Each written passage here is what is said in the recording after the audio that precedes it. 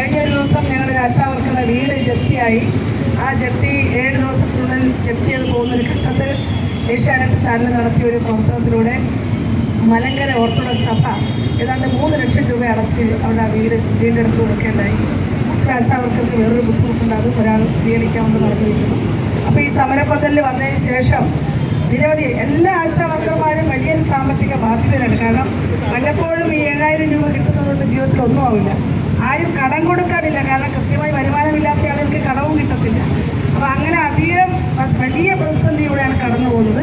അതുകൊണ്ട് ഞങ്ങൾ ഈ തുക എന്ന് പറയുന്നത് ഞങ്ങളെ സംബന്ധിച്ച്, സമരസമിതിയെയും ഇവിടുത്തെ ആശാവർക്കർമാരെ സംബന്ധിച്ച് ഓരോ ദിവസവും മുന്നോട്ട് പോകാനുള്ള ഒരു വലിയൊരു സംഭാവനയാണ്. ഞങ്ങളത് വളരെ നീതിപൂർവമായി പ്രയോജനപ്പെടുത്തുമെന്ന് കൂടി പറയുക.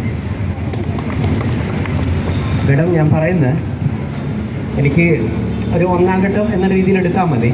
കാരണം വെച്ചാൽ നമ്മൾ കലാകാരന്മാരെന്ന് പറയുന്ന ഒരു മിനിമം സാമൂഹ്യ പ്രതിബദ്ധത വേണമല്ലോ. അല്ലാതെ ഇപ്പം നമ്മൾ സിനിമയിൽ പാവങ്ങളെ സഹായിക്കും, സിനിമയിൽ എല്ലാ അനീതിക്കെതിരെ പൊരുതുന്നു, സിനിമയിൽ ഇങ്ങനെ ചെയ്യുന്നു. മേഡം, നമ്മൾ സിനിമയിൽ 100 ചെയ്യുമ്പോൾ ഒരു 10എങ്കിലും ജീവിതത്തിൽ വേണമല്ലോ. 10 ഇത്രയും ഞാൻ പറയുന്നു. അപ്പോൾ സിനിമയിൽ ദാരിദ്ര്യം വിറ്റ് അവിടുത്തെ പല പല സിനിമ അവാർഡ് വാങ്ങിക്കുന്നു. നേഴ്സുമാരുടെ പ്രശ്നത്തിൽ വളരെ ഭംഗിയായി ചെയ്ത് പൈസ ഉണ്ടാക്കുന്നു. സീരിയസ്ലി നേഴ്സുമാർ ഇവിടെ എന്തെങ്കിലും ചെയ്യുമ്പോൾ പൈസയൊന്നും കൊടുത്തില്ലെങ്കിൽ അവിടെ പോയിട്ട് ഒരു ഐക്യദാർഢ്യം പഠിപ്പിക്കുന്ന ഒരു സാമാന്യ മര്യാദ എനിക്ക് ഉണ്ടാവില്ല. അപ്പോൾ ഇവിടെ പലപ്പോഴും എന്താ സംഭവിക്കുക വെച്ച് കഴിഞ്ഞാൽ നമ്മുടെ സാംസ്കാരിക നായകന്മാരെന്ന് പറയുന്ന ആരും തെറ്റെന്ന് ഞാൻ പറയുന്നില്ല. അത് ഞാൻ നേരത്തെ എൻ്റെ അമ്മ പറഞ്ഞൊരു പോയിന്റ്, വിശക്കുമ്പോൾ അതിൻ്റെ പേരിൽ കവിത ഉണ്ടാക്കാനും കഥ എഴുതി അതിന് 10 രൂപ ഉണ്ടാക്കാൻ അതിന് അവാർഡ് ഉണ്ടാക്കാനേ നോക്കുന്നുള്ളൂ. ആ വിശക്കുന്നവൻ്റെ വേദന എന്താണെന്ന് സീരിയസ്ലി ഇവർ ഉൾക്കൊള്ളാറില്ല, ഞാൻ മനസ്സിലാക്കി.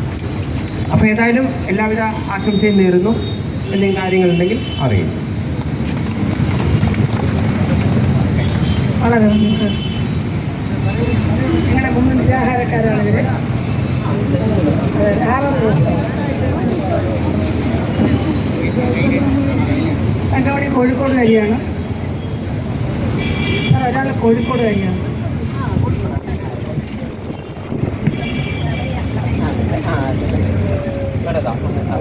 പ്ലീസ്